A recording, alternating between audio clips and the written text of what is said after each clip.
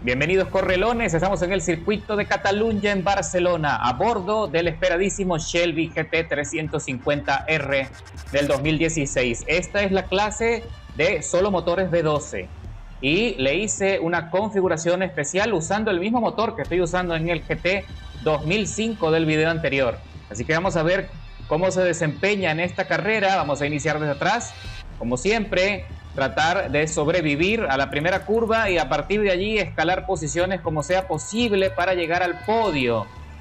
Lo que más me interesa verificar es que el chasis tenga la tolerancia suficiente para brindarnos una maniobrabilidad efectiva y así poder meternos en la pelea de la punta. Vamos a ver qué pasa. Sin duda, este Mustang tiene aceleración de sobra. Ahora con este nuevo motor, no me quiero imaginar el torque que va a desprender las ruedas traseras.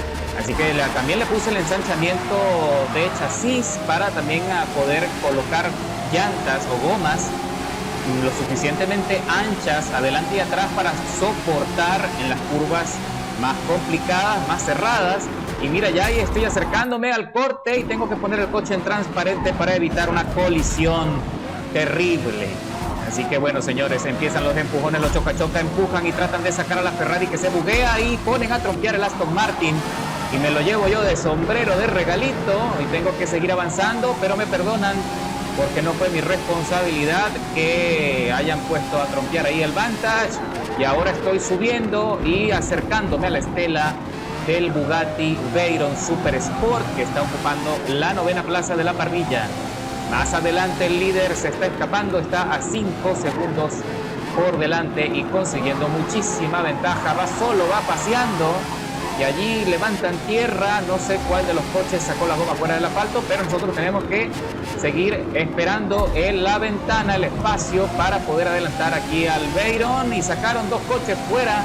También se fueron a hacer picnic y castillos de arena, mientras que pueden observar que se está tambaleando la cola del Veyron y lo aprovechamos para adelantarle sin mayor resistencia en este sector, pero no se rinde, trata de sorprender y lo que consigue es salirse y se va de frente al montículo de arena. Qué lamentable. Mientras que vemos acá un McLaren también que quiso pasarse de listo y a los empujones logró adelantarnos allí en el corte, así que ahora tengo que ser precavido porque este choca-choca creo que va a ser difícil poderlo adelantar sin conflicto.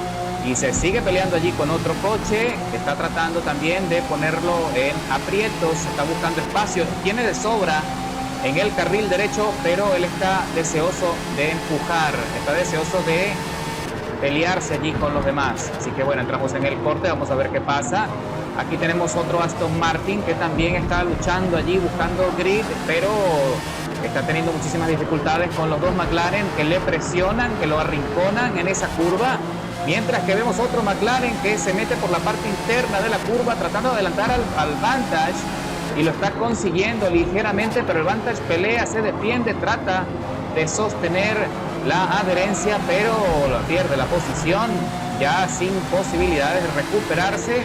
Y evidentemente el McLaren tiene mejor desempeño en las curvas y nosotros ahí le damos un pequeño toquecito anunciando que también lo vamos a adelantar. Y en esta oportunidad, si no me salgo, me ponen una penalización de medio segundo por contacto evitable. Bueno, señor, el Vantage se defiende, me regresa el favorcito y ahora sigue avanzando. Uy, sacaron al McLaren. Lo sacaron, lo llevaron a los trompos. Qué lástima, ¿eh? Así que bueno, señores, el Bug New York City a bordo del Aston Martin se queda atrás. Ya tiene una penalización de 1 segundo 300 milésimas en su contra. Recuerda que son 4 vueltas en este circuito, de las cuales ya estamos recorriendo y terminando la segunda. Así que, señores, por ahora las condiciones de la carrera son bastante difíciles. Los McLaren están dominando. Sin duda es uno de los coches meta, no es el mejor, pero sí es uno de los más dominantes en esta categoría. Así que va a ser muy complicado poder adelantar y conseguir acercarnos a ese lote que va adelante, pero sin duda vamos a hacer todo lo posible, no nos rendimos los correlones, siempre procuramos poner todo en la pista para no quedarnos con nada. Así que estamos en la recta de las emociones, ya en la penúltima vuelta del circuito. Estamos ahora sí desarrollando buena velocidad como para acercarnos lo suficiente de nuevo al McLaren, que va en la quinta plaza, el corredor Chris de Lallemont. Qué nombre tan complicado. Entramos en este sector, en esta curva ascendente, que es semi rápida, y tengo que esperar allí, tengo que corregir muchísimo para no salirme de los límites de la pista. Y ahora estoy acercándome nuevamente a la estela del McLaren, que también tiene una penalización de medio segundo en su contra. Y tenemos acá otro Bugatti clásico que se está quedando atrás y se pelea con el McLaren, y los dos se van fuera de la pista en esa pelea absurda, lo que nos abre el espacio para meternos en la cuarta posición. Y se tambalea otro McLaren, está perdiendo control y casi se sale del corredor Pisaparty 92.63, que tiene también una penalización por contacto excesivo de 1,5 segundos.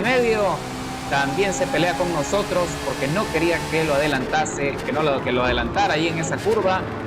Así que, señores, ya estamos metidos en el podio, esperando poder sobrevivir en lo que queda de carrera. Ya solo queda una vuelta y fracción para concluir, mientras que en la segunda plaza tenemos otro McLaren F1. Esto es una fiesta, esto es una exhibición de McLaren, señores. Está ocupando la segunda plaza, también tiene una penalización de 400 milésimas. El corredor de nombre Atomic Tube 27.57 está tratando de marcar su ritmo todo lo que puede, mientras que el líder ha conseguido una ventaja importante de 8 segundos a favor. Ahí lo veo en el mapa, pero ya está muy lejos, no va a ser nada sencillo poder descontarle tiempo. Y Pisaparty 92.63, que va en la tercera plaza, me impacta ligeramente ahí en la curva. No sé cuáles son sus intenciones, estaremos allí al pendiente y vigilantes de lo que pueda pasar a continuación. Se está acercando bastante Pisaparty, en cualquier momento me va a asomar la trompa, y ahora tengo que frenar tarde y en lo más profundo de la trazada para cerrarle los espacios internos a Pisaparty, que está allí muy cerca por debajo del medio segundo. Pero la penalización que tiene encima es superior a la nuestra, así que podemos aprovecharla. Mientras que seguimos acercándonos al corredor Atomic Tube 27.57, haciendo todo lo posible por arrebatarle la segunda plaza. Tenemos el chance, ya queda poco, pero todavía queda carrera para intentarlo, cuando ya me salta la alarma de desgaste en las gomas, sobre todo las gomas traseras, donde se centra todo el impulso, todo el torque del motor. Ya tenemos una degradación importante y va a ser difícil sostener el Mustang hasta el final. Pero también el corredor Atomic Duke se va largo porque tiene los mismos problemas que yo con las gomas. Así que, señores, esto es para cualquiera de los dos. Cualquiera de los dos se puede llevar la segunda posición, pero también estoy observando que Pisaparty también está acercándose peligrosamente cuando ya estamos en las últimas dos curvas, los últimos dos giros.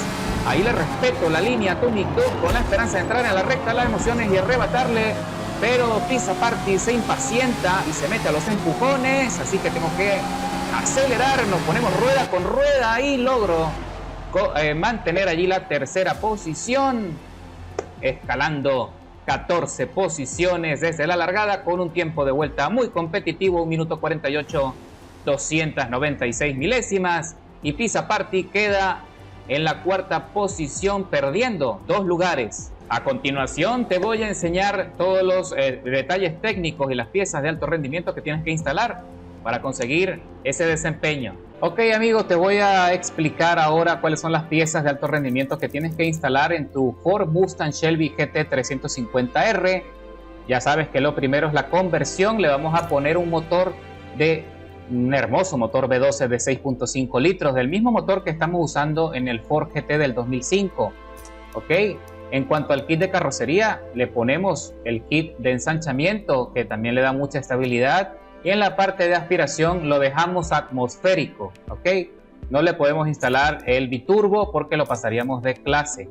En la parte del alerón instalamos el alerón de carreras. Ya con el ensanchamiento ya tenemos de obsequio, tenemos el alerón frontal para poder también mejorar la carga aerodinámica de la trompa. En la transmisión colocamos el embrague de carrera, la transmisión de carrera y la línea rígida de fibra de carbono de carrera. el diferencial de carrera en las ruedas. Ya sabes cuáles son los rines que siempre te recomiendo, los Oettinger Type RE, son los rines que recomiendo por su peso, y el tamaño de los rines en la parte posterior a 20 pulgadas y la parte de adelante a 20 pulgadas.